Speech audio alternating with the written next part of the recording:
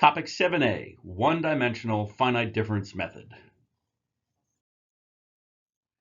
This is going to be a long lecture. I feel a little bit guilty about that, but since you're armed with the pause button and you can fast forward and rewind at will, I think you'll be fine. But it breaks my heart to break up the information that is here. I really feel that it belongs together because it tells one coherent story. And in one set of slides, I can take you from just knowing a little bit about finite differences all the way through to how to solve differential equations using this special technique that I'm going to show you how to implement the finite difference method. So first, I'll just introduce finite differences, kind of set up some general concepts. Then I'll step you through how the finite difference method is taught everywhere else in the world. And it's not too bad for the simple differential equation that I've presented here, but the conventional approach for solving finite differences becomes very difficult, very tedious when it's a complicated differential equation or we have a system of differential equations. Then we'll move on and I'll show you a different way that I think is much better, at least for small to moderate size problems, for solving differential equations or systems of differential equations. And it may not seem improved at first, but with some discussion, and then I'll step you through an example of solving a differential equation, you'll see how simple and clear and short your MATLAB code will be to solve differential equations. And the tools that I teach are generic enough that you'll see immediately, given a whole new differential equation or setup of equations, within minutes, you can have the MATLAB code implemented to solve that. Using conventional finite difference method, that definitely would not be the case, and you have a lot more upfront work before you can even develop your code. So with that said, let's get started. The introduction.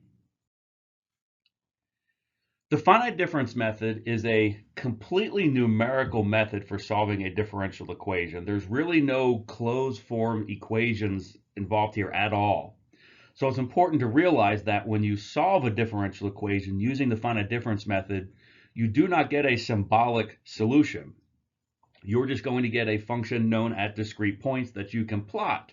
Now, sometimes you can plot that and you might recognize, hey, that's a sine function or a tan function or a log function, and then that might give you a clue of how to go back to the original differential equation and solve it by hand. But the finite difference method itself does not do anything symbolically. It's completely numerical. We're completely working with discrete functions. So to summarize the finite difference method in one slide, we start off with a governing equation. We need a differential equation. We need to know the interval over which it's defined, boundary values. So we have to collect all the information that we need to solve the problem. At that point, using the finite difference technique, we'll manipulate that matrix equation, the differential equation, and we'll come up with a matrix equation, an AX equals B type of problem that we now know how to solve. And once we have that, well, we solve it and we can plot our solution and we're done. So it's really connecting the starting point with our governing equation to building this matrix, really where the finite difference method lies. After that, solving it's pretty straightforward. That's just linear algebra. And then what you do with the solution, that will be called post-processing, learning from it. That doesn't really have anything to do with finite differences either. And a variety of things could happen there. If we're simulating electromagnetic waves, maybe we're calculating on the post-processing step how much gets transmitted or reflected, etc. Okay, let's go on. So it is very important to realize that in the finite difference method, our functions are discrete. On the left, we're showing the continuous function. And if we think about this, that function actually contains an infinite amount of information, which clearly we can't store on a computer. Whereas on the right, this is what functions look like when we're implementing the finite difference method. We only know the values at discrete points.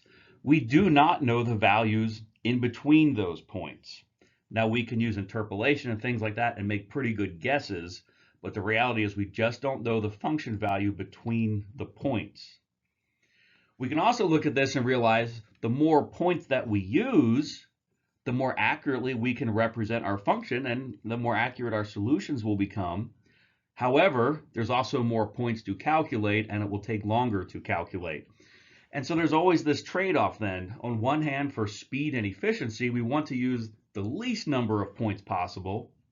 But for accuracy and fidelity of our answers, we want to use as many points as possible.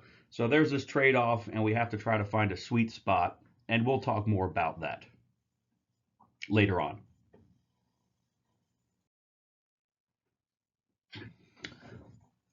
A really important concept is how we store the functions. So let's say we start off with a differential equation and we factor out the y term. So we can just write this y term once, and the rest of the differential equation, the operators operating on y, collect here. What we'll do, using the finite differences, we'll show you a technique of how to go from your differential equation straight to a matrix equation. And you'll see that the differential equation itself ends up building this big square matrix A. The y function, the thing we're trying to find, however, ends up in a column vector. Likewise, the zeros or even the excitation on the right ends up being a column vector of all zeros. So our functions are stored as column vectors. They look like this. And if I were to plot the values in our column vector, well, then we would see our function. So this is the first concept. We're storing our functions in a column vector.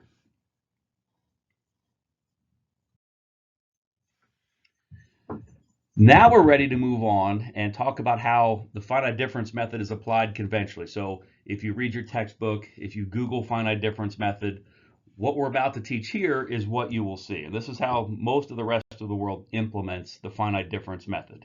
And there's nothing wrong with it.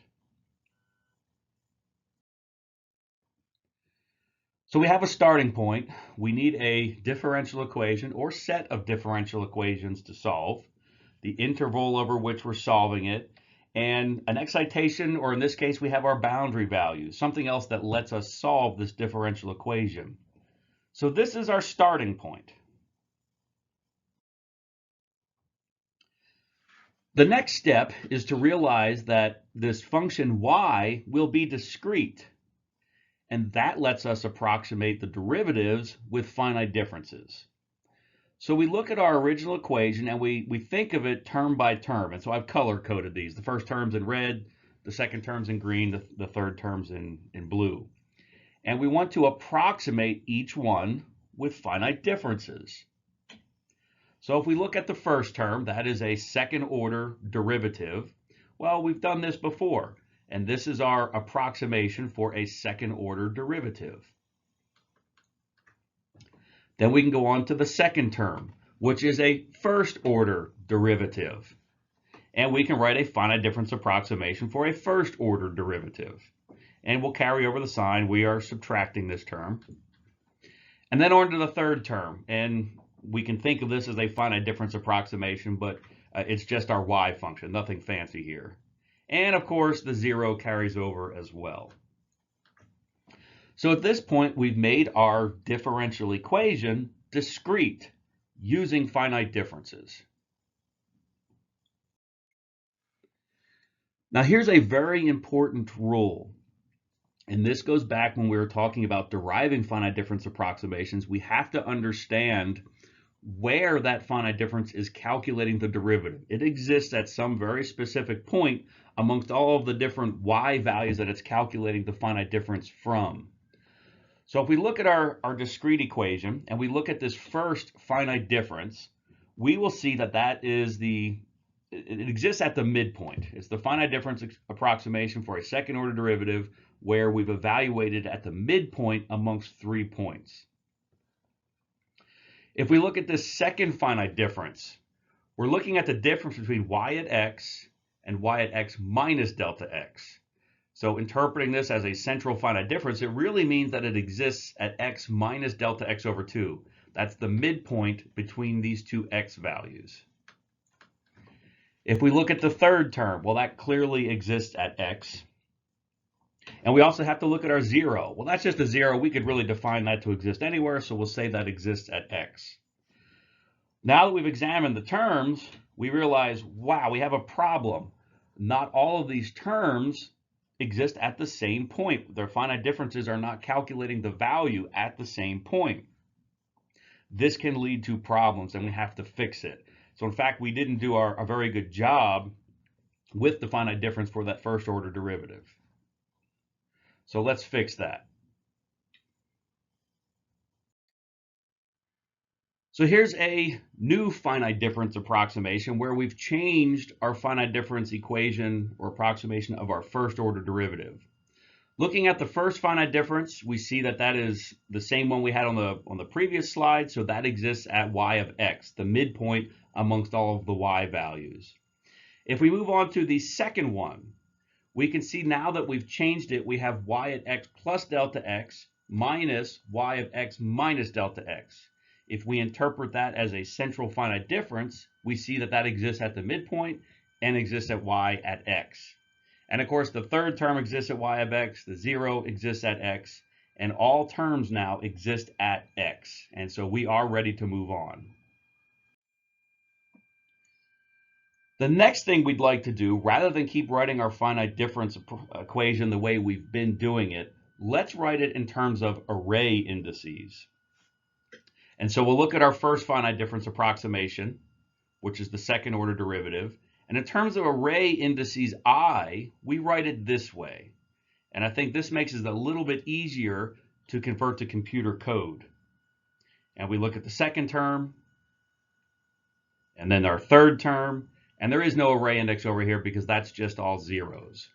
So this is the form that we will write our finite difference equations in, because I think it just makes the computer code a little bit more obvious how that's going to happen. This first finite difference equation, that more clearly tells us where those y terms exist along the x-axis, and the last one, in terms of array indices, a little bit more clear.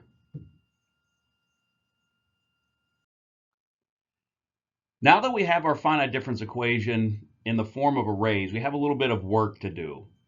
The very first thing we do, it's the second equation on the slide, is we multiply everything out. Then we recognize that the y terms appear multiple times.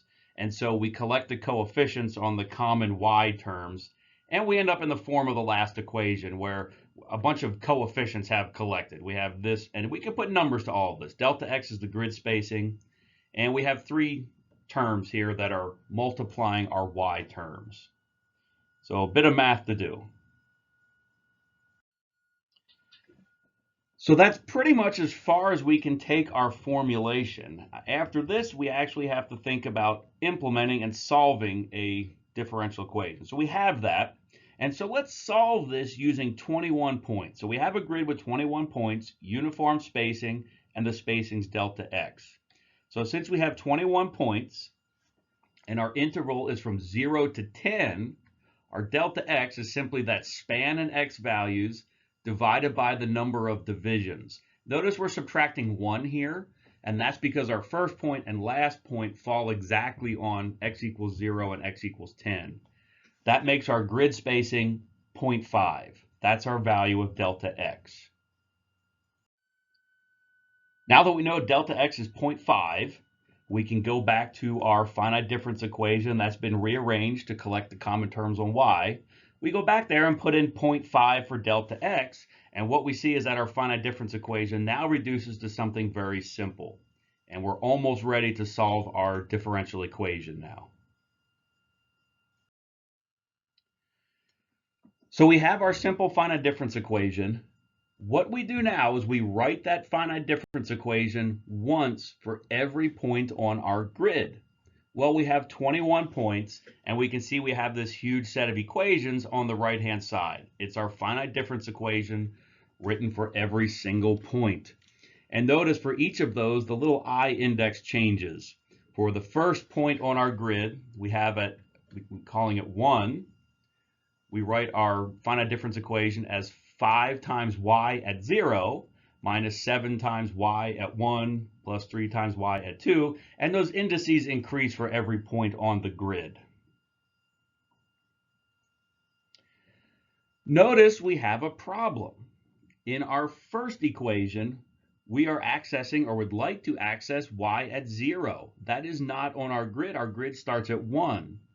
Likewise, in the last equation, we would like to access y at the 22nd point.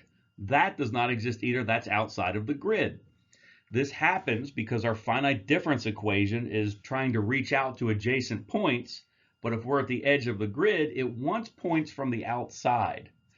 And we came across this problem when we were doing numerical differentiation, and the same problem arises here. We have to handle this. This is called a boundary condition. I like to call it a numerical boundary condition so we don't confuse it with boundary conditions that come up in engineering and science. So we have to handle this.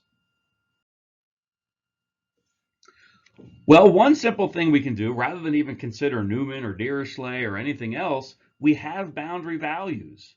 So in fact, we know the value of y at the first point and the last point.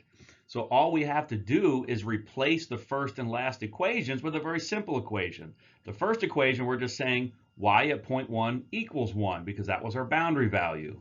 Likewise, the last point, we're saying y at point 21 equals 5 because that was our boundary value. So we have a revised set of equations that now incorporates our boundary values. Well, that's our final set of equations. That's what we have to solve. Clearly, we don't want to solve this algebraically, so we're hopefully very comfortable now. We can write that large set of equations in matrix form. And now we can notice a few things. Borrowing from some of the terminology we discussed earlier in the semester, we recognize this as a banded matrix. There's numbers along 3 diagonals here, so we would call this a tri-diagonal matrix. We also see that it is mostly zeros, and this is only a 21-point grid. For one-dimensional analysis, 200 points is probably more typical, and so there's proportionally less numbers in a matrix that's 200 by 200. So storing these as sparse matrices becomes very important. And in the finite difference method, these banded matrices is also very common. This comes up all the time in science and engineering. The last thing I'll point out, that last column vector no longer contains all zeros. There's a 1 in the first position and a 5 in the last position. So this is ready to be solved, and we can solve this using any of the algorithms that we discussed for solving AX equals B type of linear algebra problems. So we'll call that big, ugly square matrix, we'll just call that A. Our column vector containing the y values, we just call y. And then the last column vector, our excitation, if you will, we'll just call B.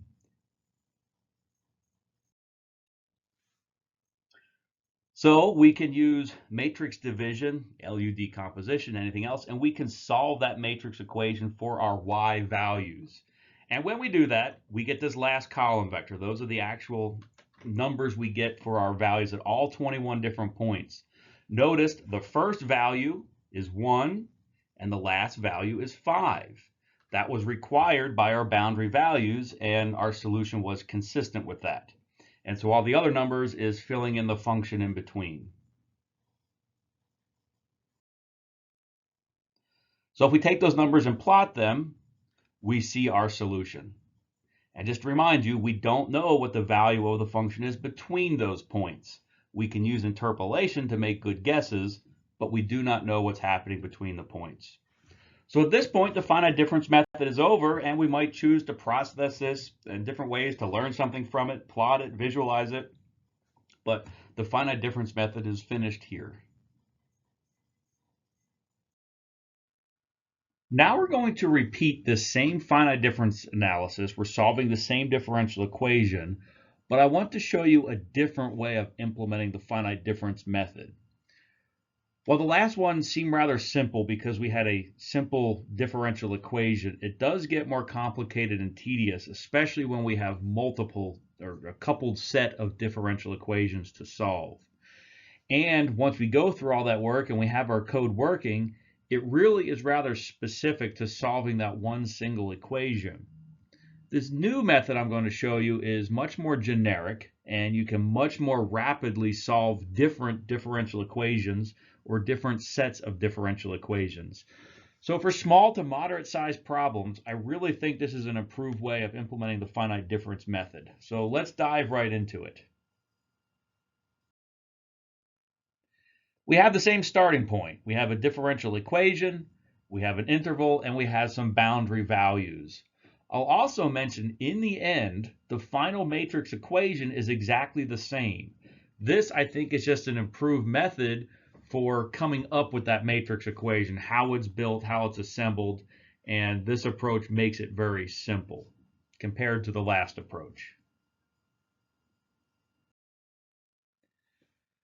So on paper, we will look at our differential equation and we're going to look at it term by term.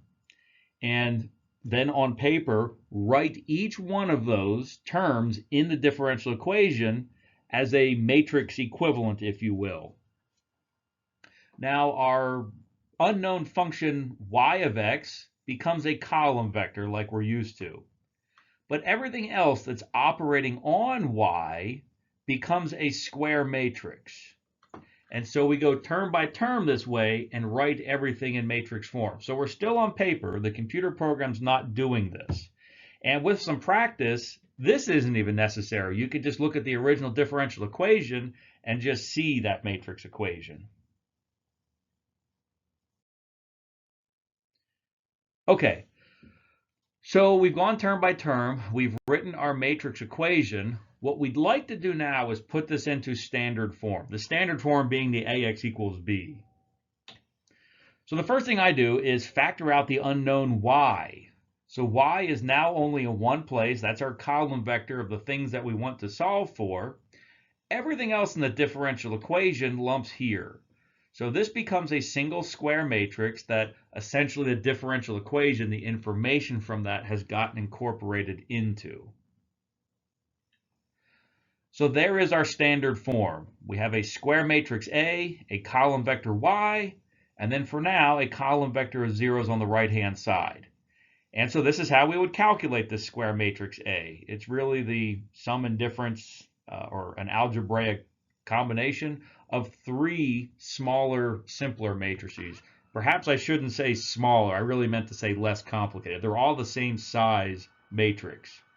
Now, what's really neat about this is all of this becomes one line of code in MATLAB. We build A just how it's written. And when I type something like this, I really feel like I'm typing the differential equation into MATLAB.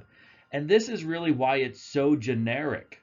We're going to build a function that builds these sort of preliminary matrices, dx2, dx, and the identity matrix. And once we have that function, it becomes very simple and rapid to build this matrix A for any differential equation we're solving. We would just change this one line of code. And that's really neat.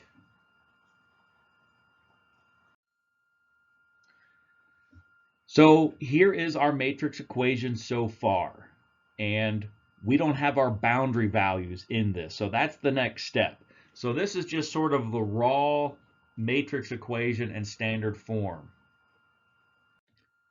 So to incorporate the boundary values, the first thing we want to do is the first and last row. These are the areas that we want to force values. We completely zero them out. This means we're throwing out the finite difference equation that we had written for the first and the 21st point. We just throw them out and make them all zeros. Then we go into those same rows and we put a 1 in the diagonal position. Then, over in the last column vector, which had all zeros, we'll insert our boundary values. So the first point we're forcing to a value of 1, and the last point we're forcing to a value of 5. At this point, we have the exact same matrix equation that we had implementing the conventional finite difference method. So it's solved and post-processed and all that the very same way. So we solve the matrix equation, we get the exact same answer. So the methods are really equivalent. And then, of course, we can plot it, we can post-process it, and do anything else. The rest of the method is the same. The real key difference between the conventional way of implementing finite difference and the new way is the manner in which that matrix equation is built. And the philosophy here is that somehow we'll build these preliminary matrices that are somehow simpler to build and less complicated, more easily tested. And once we have those, it becomes trivial to build the more complicated matrix that we're calling A. And it makes the code so that if we want to change the differential equation that we're solving, we could do it literally in just seconds. Very neat way of implementing finite differences. Now we need to have the conversation about these preliminary matrices that we call matrix operators. The idea is that somehow these are much simpler to build than the big ugly A matrix, and that will help us build the A matrix and also make our finite difference codes more generic so that when we're building A, we can just change what the derivatives are, what the constants are, and solve any other differential equation. So this section is how to build those matrices and how to interpret them. First, we need to understand the difference between the terms in our differential equation. There are only two things that can occur in a differential equation. There are functions and there are operations. The functions are either the unknown f in this case or the excitation g. Those are the only two places that a function can occur in a differential equation. Everything else is an operation happening to a function. So we might look at this c of x and say, hey, isn't that a function? Well, it sort of is, but really what it's doing is there's no numbers associated with c. It's not an unknown, and it's doing a multiplication onto f. It's operating onto f. And certainly the derivative operations, those are operations, but so is C and B and A. Those are operations happening to our function f. So everything else that are operations becomes square matrices. The functions are column vectors. The operations are always square matrices. And it's interesting to note that, in fact, any linear operation, whether it's a Fourier transform, a derivative, an integral, or anything, if it's a linear operation, there's always a way to make a square matrix such that if we pre-multiplied f, it would do that operation on f. Here we're only talking about doing these multiplications or derivative operations, and almost all differential equations only have those two things in them. So as we mentioned on the previous slides, our functions, which is only our unknown, and the excitation are column vectors that will store that way. Everything else is an operation that operates onto a function, and they become square matrices.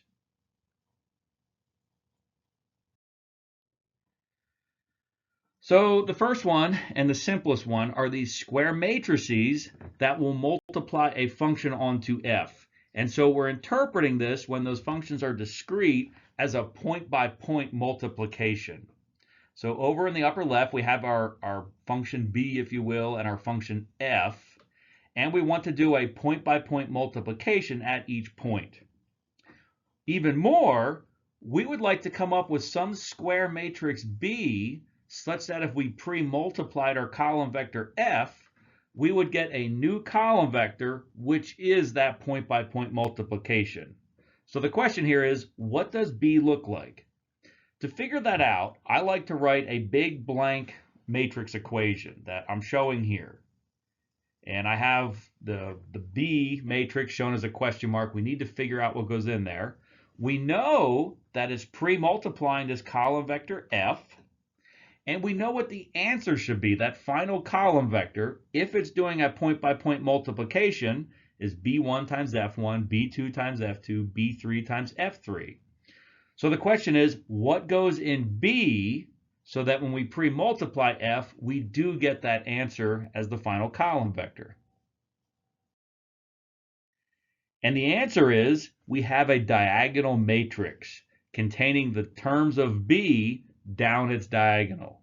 Everything else is all zeros. So anytime we have a point-by-point multiplication on f, we simply take all of the values in that function we want to do the point-by-point multiplication with and insert them along the diagonal of a matrix. So this is one line of code in MATLAB to do that.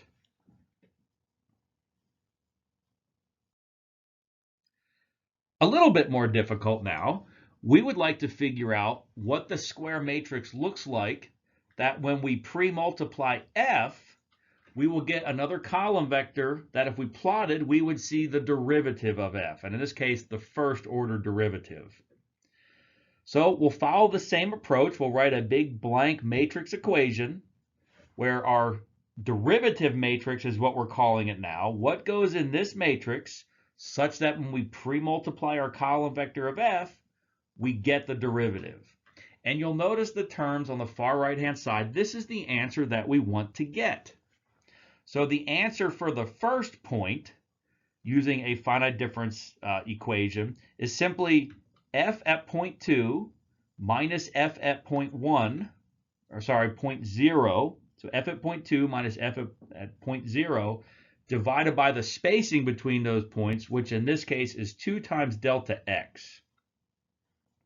Then we move on to the second point. What is the first order derivative at the second point? Well, it's f3 minus f1 divided by the spacing between those points, which is 2 delta x, and so on. And we write all of our finite difference approximations that we would like to get. This is the answer that we should get.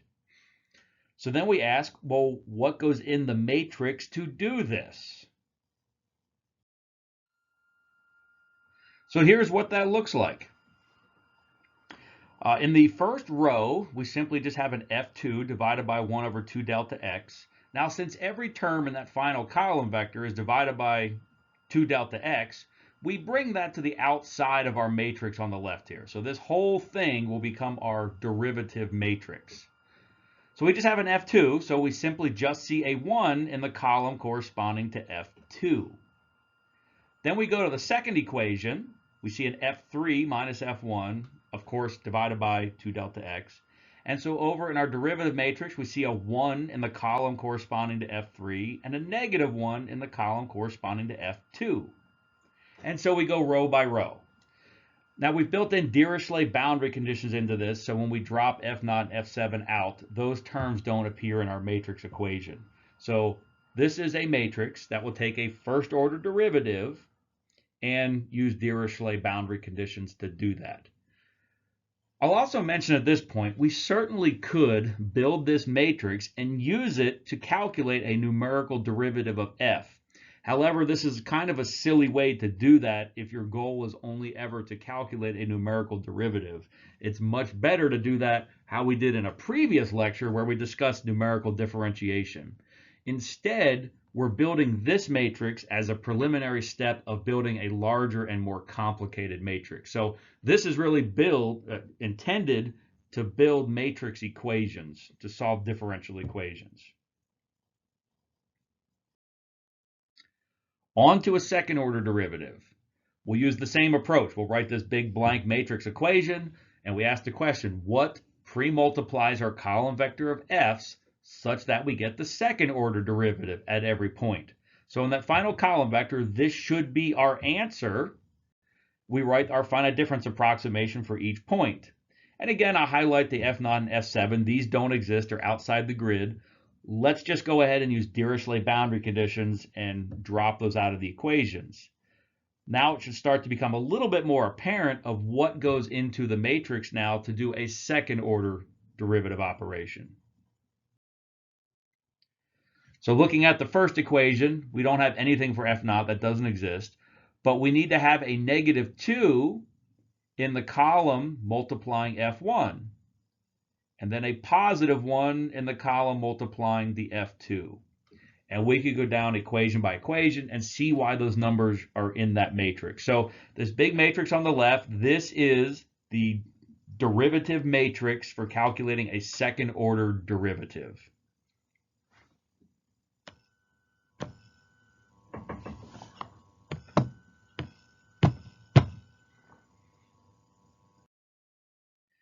I apologize for the pauses in this video. I'm having a very difficult time recording this, and my computer keeps freezing, and you can probably hear me pressing buttons. I can't get it to stop and go on to the next slide. So I'm doing my best, but also trying to minimize my work recording slides 5 or 6 different times. So on the last few slides, we saw that we have two different derivative matrices, one for first order derivatives and one for second order derivatives. And of course, if we had a third or fourth order derivative, we would need matrices for them as well. Well, from calculus, we know that if we take the first order derivative twice, we get a second order derivative. So one might ask, why can't we just multiply the derivative matrices for the first order derivative together? Just multiply that together. Would we get a second order derivative? What happens with that? Why can we do that, or why shouldn't we? Well, if we go ahead and do that, the answer for that is on the left. We get this derivative matrix. Technically, this is a correct matrix. However, look at the spacing of the numbers. It turns out we're reaching out way far into our grid to calculate that derivative. We want to get those points that we're calculating the derivative from as closely packed to where we're calculating the derivative as possible, rather than reach way out. So we essentially have poorer resolution when we calculate a second order derivative with first order derivative matrices. Now, if we choose a dense enough grid, you can absolutely do this, but it's not the healthiest thing to do. So instead, we'll build a special unique matrix for doing second order derivatives, and we see that on the lower right here. And that's taking full advantage of the resolution on the grid. So for right now, we really should not multiply our first order derivative matrices together to get a second order. We want to build a whole second matrix for doing second order derivative operations. And we can make the same argument for the third, fourth, fifth order derivatives if we need them, but it's very rare.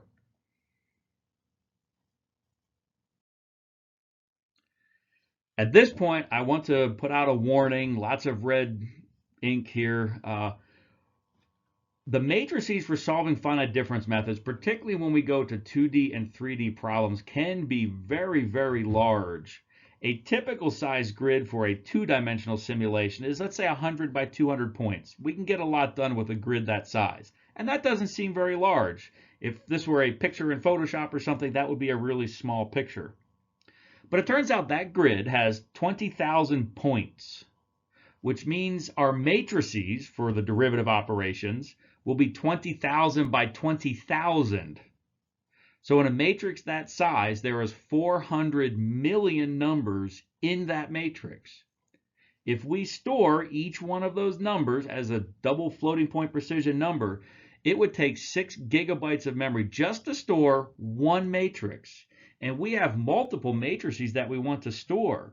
And that doesn't even tell you how much memory you'll need to solve it. So it's a rather intractable problem. The good news is those matrices contain 99.9% zeros. And so it makes sense to store these as sparse matrices. And MATLAB is filled with very optimized algorithms for manipulating and solving sparse matrices. And the good news for us is we don't have to know any of that. We just say somewhere in our code, hey, MATLAB, this matrix is sparse, and MATLAB does everything else for us. And if we store this same matrix as a sparse matrix, it only takes 1 megabyte of memory to store the matrix. So we can even do that in modern calculators. So the moral is, in this method, always, always, always use sparse matrices. A common mistake might be to build a matrix as a full matrix and then declare it as sparse, and that's bad. We want sparse matrices from the very beginning. Don't ever at any point build a full matrix. Doing just one-dimensional finite difference method, a lot of times you can get away with full matrices because they're not too large, and you can develop some bad habits. So even in my one-dimensional finite difference method stuff, I will always declare my matrices as sparse, just from habits of solving much larger problems. So sparse matrix, never, ever, ever manipulate full matrices.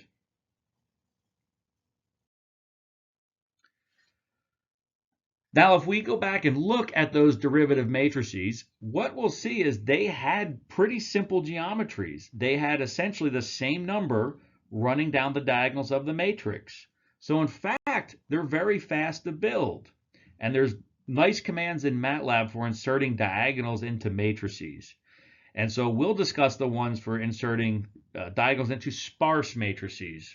So if we look at this first example, the first thing we do is declare our matrix Z as sparse, and we make it M by M, or just 6 by 6 in this case. The next thing we'll do is create a one-dimensional vector, if you will, an array of the numbers we want to put along the diagonal. Then we call the function spdiags, which places those numbers along the diagonal of our choice. And we give it 3 input arguments. We give it the numbers we want to insert in the diagonal. We tell it which diagonal we want to insert into. In this case, 0 means the center diagonal. And then we give it the matrix to start with, which right now is just the all zeros matrix. And so when we do that, it places the ones going down the center diagonal. Now in this other example, we create this same one-dimensional array of all ones, but you see now we'll give 2 calls to spdiags, and one we give it the input argument of -d, the other positive d, and that way when we build the matrix, we're inserting positive ones along the +1 diagonal and negative ones along the -1 diagonal. And if you go back to our first order derivative matrix, that is that same matrix. The only thing we would need to do then is just divide everything in this matrix by 2 times delta x. So it's very easy to build these. So these preliminary matrices that we would build this big ugly A matrix are quite simple to build, and really is the reason we're doing this. They're simple to build, and then we can use those little matrices to build the big matrix that would probably be very difficult to build otherwise. So every step becomes simple.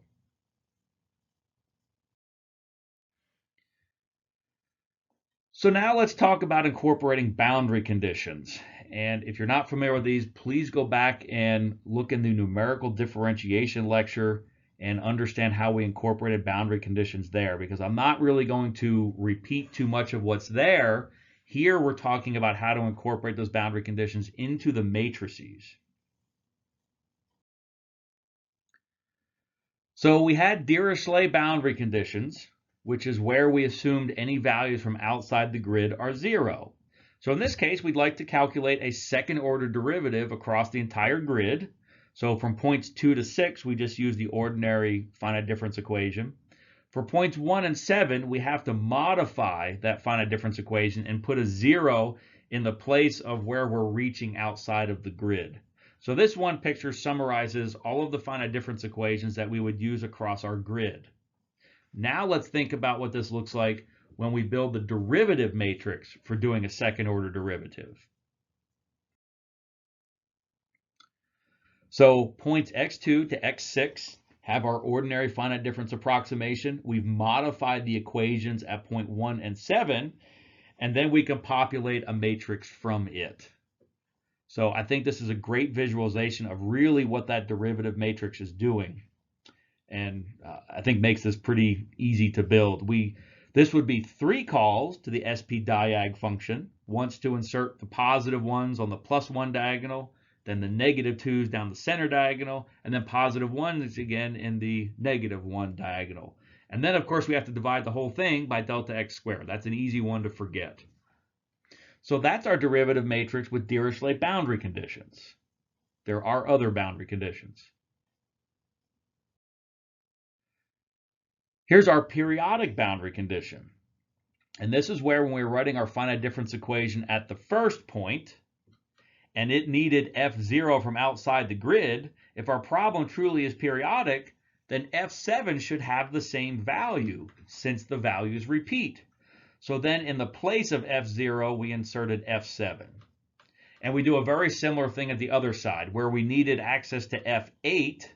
Well, f8 should be equal to f1 if this really is periodic, so we stuck f1 in here. So this summarizes our finite difference equations for periodic boundary conditions. Now let's put this into our derivative matrix. The points 2 through 6 are the same. 1 and 7 are different. And now in the first equation, we're accessing f7, which means we need to put a 1 in the column corresponding to f7. Likewise, in the last equation, instead of f8, we're accessing f1, so we put a 1 in the column corresponding to f1. So a slight modification to our derivative matrix, and this now has a periodic boundary condition built into it. We can talk about Neumann boundary conditions. Here we might have a first and a second order derivative that we need. Well, the finite difference equations are rather standard, points 2 through 6, no problems there. It's point 1 and 7 where we had to modify the finite difference equations. And for Neumann boundary conditions, the assumption is the function just sort of leaves your grid at either side linearly. And since that's linear, the second order derivative will be 0. And we had to change the first order derivative operations just to change which points we calculated from so that we don't need points from outside of the grid. Now let's look at how this affects the matrices, the derivative matrices. So here we're showing the first order derivative operation. Points 2 through 6 should not be any surprise for a first order derivative. However, the first and last rows are a little bit different. Since our original finite difference approximation here was just f2 minus f1 over delta x, not 2 delta x. However, since we're dividing the entire matrix by 2 delta x, we need to think about that when we formulate the equation. So it actually ends up becoming 2 times f2 minus 2 times f1 so that we can divide it by 2 delta x and get the correct answer. That means we have a 2 sitting in the column corresponding to f2 and a negative 2 sitting in the column corresponding to f1. And a very similar story for the last row. Again, since we want to divide it by 2 delta x, we need to multiply the terms in the numerator by 2 so that when we divide it by 2 delta x, we get the correct finite difference equation. And so we have a positive 2 sitting in the column corresponding to f7 and a negative 2 sitting in the column corresponding to f6. So this is our first order derivative matrix with a Neumann boundary condition. Next, we need to talk about the derivative matrix for the second order derivative with Neumann boundary conditions. This is a little bit easier. Since the second order derivative is all 0, we simply just zero out the first and last rows in our matrix equation. That ensures that our calculation of the second order derivative is 0. Points 2 through 6 remain exactly the same that we've been talking about. And those are the standard finite difference equations for calculating a second order derivative.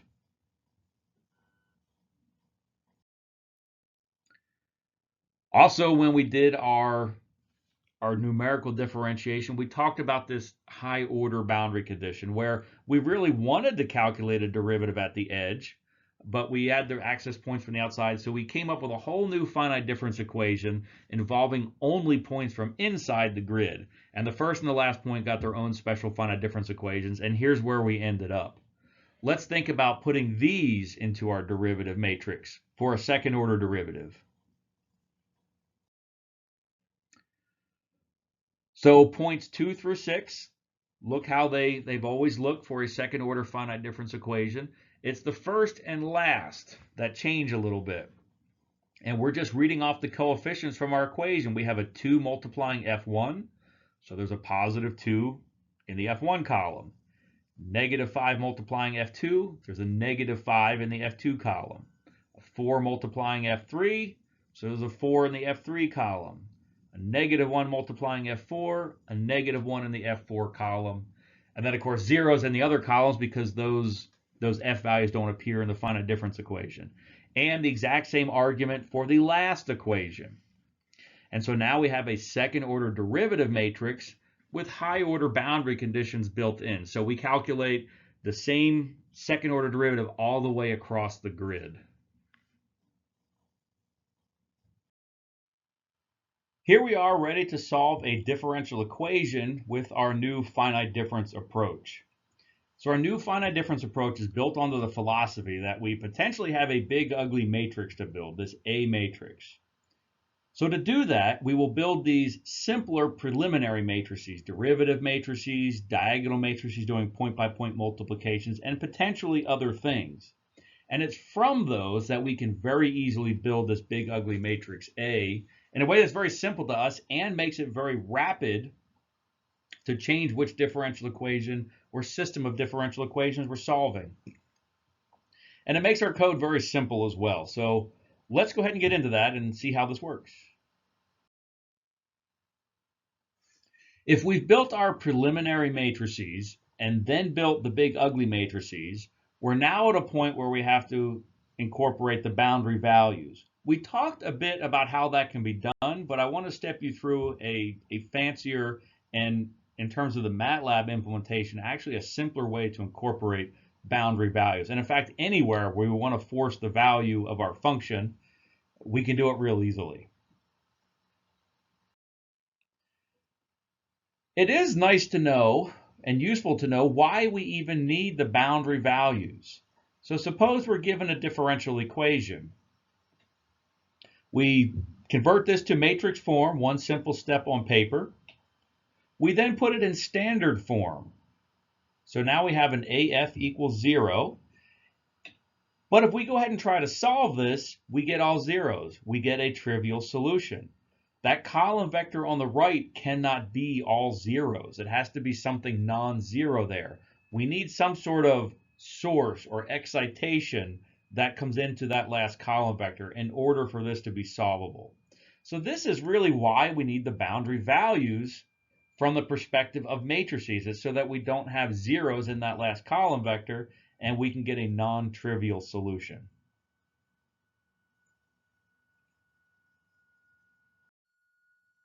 Okay, so how do we incorporate the boundary values? Here's what at a high level, what needs to happen. First, we build our direct matrix equation, the AF equals 0. Then, any row in A, which corresponds to a point where we want to force a value to, and in our case, it's just the first and last point, but there could be others for other reasons. Each one of those rows will wipe out, will replace all with zeros. In other words, we're throwing out the finite difference equation. Then we put a 1 in the diagonal position, and then over in that column vector that's right now all zeros, we call it our B column vector, in that same row, we put the value that we want to force it to. And essentially what we've done is thrown out the finite difference equation and replaced it with a very simple equation saying the value at this point equals whatever it was we stuck over in B. So at a high level, that's what needs to happen. Well, what's a simple way that we can do this? Let's think about that. To do this, we need two preliminary terms. One we call the force matrix. It is a diagonal matrix, so it is all zeros except the numbers going down the diagonal. And what we do is everywhere that we want to force a value, we place a 1 in that corresponding position along the diagonal. So for us, solving one-dimensional problems where we only want to force the values at the first and last points, this force matrix F will be zeros everywhere except a 1 in the very upper left position and a 1 in the very bottom position. But there might be additional 1s there if there's other spots along the way where we know the value of F and we want to force it. So we have the force matrix. Then we'll have a column vector containing all zeros except in the positions of where we want to force a value, we put in the number that we want to force. And these two things are not difficult to build. Somewhere we have to define our boundary values or where we want to force. Maybe we even create a little picture or a plot. So these things are sort of already in the code to begin with. And when we start working through examples, you'll see that. So these are very fast and fast to build and come just generically out of our code. So now let's see how we can use these two things to modify our matrix equation, the AF equals 0, so that we can incorporate our boundary values. The first thing we want to do is look at the matrix A, and in every row corresponding to a point on the grid that we want to force a value, we need to fill it with all zeros. So the way we do this, we take our force matrix and we subtract it from the identity matrix. In a way, this inverts our force matrix and gives us another matrix that has 1s in all the spots that we don't want to force to 0. If we pre-multiply that by our matrix A, we get a new matrix A where all of those rows where we're forcing values gets completely zeroed out. So that's all this step done, has zeroed out the rows where we're forcing the equations. We're throwing out the finite difference equations at those points. Then we have to place a 1 in the diagonal positions of just the rows that we zeroed out. Well, that's real easy to do. We just add the force matrix to that previous result, and we get our modified matrix A. So that's one line of very simple MATLAB code that modifies our matrix A. We also have the column vector B, and the way we can do that is simply pre-multiply this column vector of values that we want to force, pre-multiply it by F. And the reason we pre-multiply it by F is just to ensure that that V is zeros in all of the other rows that we are not forcing to any particular value. In a way, this step may not be needed if you took care building V that there are already zeros in those places. But if not, you can ensure it this way. So in summary, we can incorporate our boundary values or really force the value of the function at any combination of points with just two matrix equations. One modifies the matrix A, zeros out the rows and places one in the diagonal position, and the other places our boundary values or forced values into that column vector B. And so that's very easy and also very fast to do in MATLAB. And the F and V matrices usually come out of the code just automatically. It's not even something we have to build separately. Okay, now we have a modified matrix equation. We built A using those preliminary derivative matrices, diagonal matrices, and then we just incorporated our boundary values. We now have a slightly modified version of our A matrix and a non-zero B matrix. That is ready to solve. And so we bring A over to the side of B and we write it as A pre-divide B, or A inverse times B, and that's how we calculate F. So in MATLAB, we do this with a backward division. It's very important here, even though we're writing the inverse of the A matrix, and so it seems like we would type our MATLAB code this way, where we invert A and then multiply by B, but it turns out just to do A inverse times B, we don't need the inverse of A, and it's very, very inefficient to calculate that inverse. This matrix could easily be millions of elements by millions of elements, and calculating that inverse can take forever. In fact, you can run out of memory, and we don't want to do that. If we're doing matrix division, there's much more efficient algorithms happening underneath the hood of MATLAB, and we just simply write this as a backward division, and now it's usually a relatively fast and simple step. Now, of all the steps happening in your code, this is the shortest. It will also be the slowest, but it is very fast compared to if we actually calculate the inverse of A. And in fact, in computation, it's very rare that we ever actually calculate the inverse of a matrix. So anytime you're doing that, it's very good to ask yourself, do I really need the inverse of this matrix? Or really is it a matrix division happening where I can use more efficient algorithms? So always be cautious when you're using the INV command in MATLAB or any language. You probably don't need to do that and probably shouldn't be using it.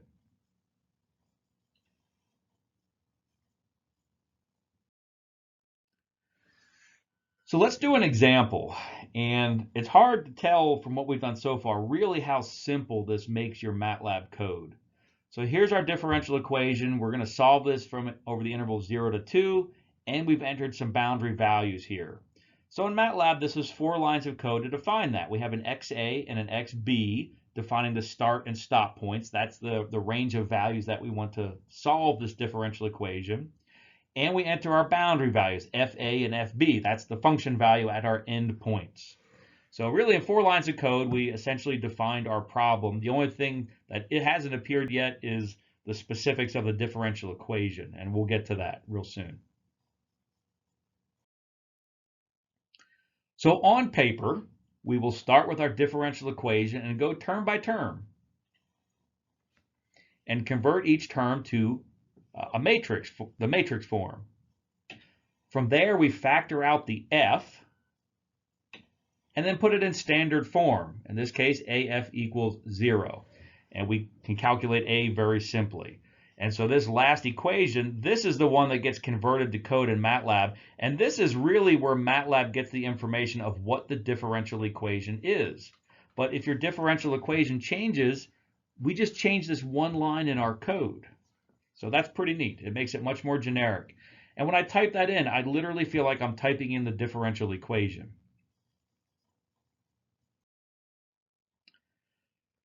So now we need to know the resolution of our grid. So we choose some number of points. And just to keep this small and reasonable for putting on a slide, we'll choose 11 points. That means our delta x will have a value of 0.2. So in MATLAB, that's just 2 lines of code where we choose how many points, and then we calculate the grid resolution or the grid spacing, and we get a value of 0.2. Now we need to build our derivative matrices. And in one of the homeworks in this class, you're going to write this function fdder1d, and you'll hand it how big your grid is, this grid resolution dx, and it will output the square matrix for calculating first order derivatives and for second order derivatives. And it will have Dirichlet boundary conditions built in. And building those are quite easy. We're just inserting diagonals. So in addition to the derivative matrices, we'll also need the identity matrix. So this is just 2 lines of MATLAB code once you have written fdder1d, that function.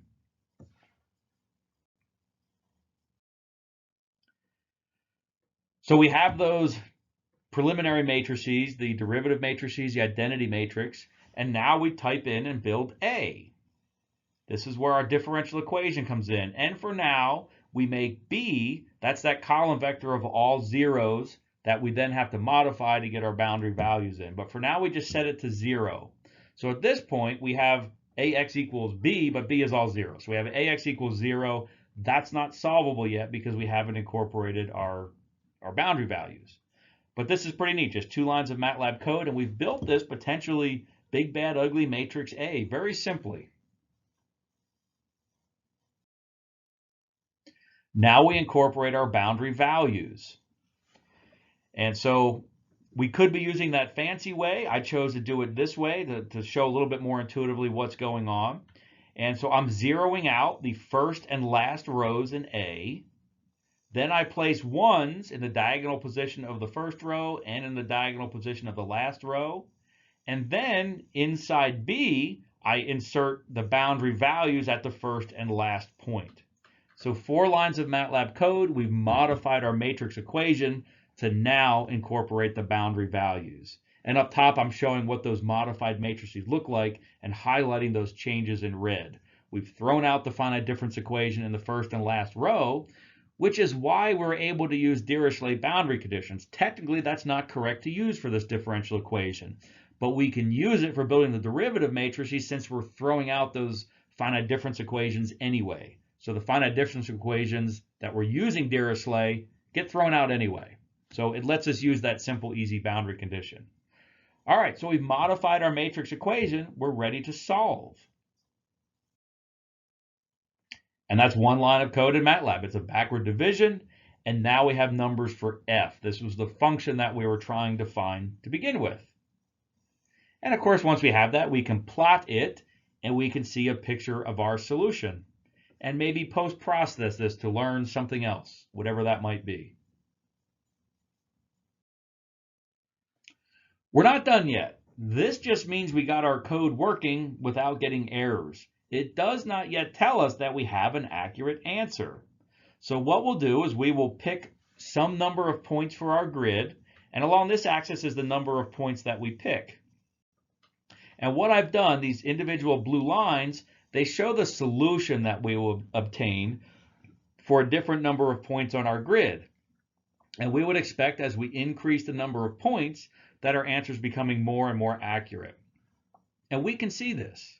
This is called a convergence study. This should be standard practice. And in fact, in commercial software that solves differential equations with finite element method, finite difference method, this always happens. Your device is always simulated multiple times as it's increasing the resolution, and sometimes it's very intelligent about how it does that, but it keeps doing that until the answer doesn't change much anymore, or it falls below some acceptable threshold, and then we would say that the algorithm is converged. So once you get your code working, you'll keep cranking up the number of points until the answer doesn't change much anymore. We call that a convergence study, and that should be standard practice for you. After you've done that, and it's converged, then you can say you finally have the answer, and then you can post-process and do everything else that you might want to do.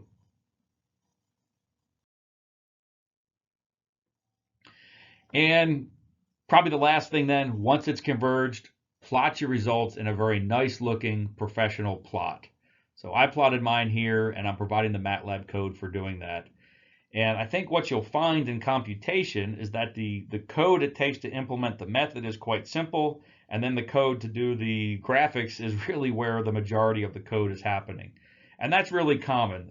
The majority of your code will just be setting up the problem and then showing the results, maybe post-processing it. The algorithm itself is usually quite simple. So now we post-process the data, we learn something, and we're done.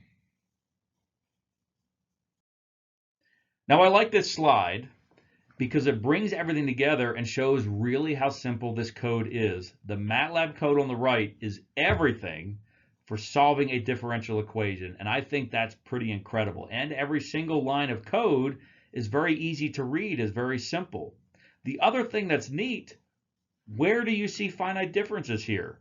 We are actually solving a differential equation using the finite difference method, but in fact, we don't ever really explicitly have to think about the finite differences ever again once we get this FDDER1D function built. Those are just generic derivative matrices that we can use to solve any differential equation.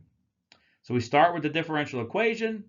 We define some parameters at the start of the program. So the bounds from 0 to 2, the boundary values. We calculated a grid. We built these preliminary matrices. Then we built our matrix equation. Then we incorporated the boundary values, and then we solved it. And that's it. That's really all there is to the finite difference method.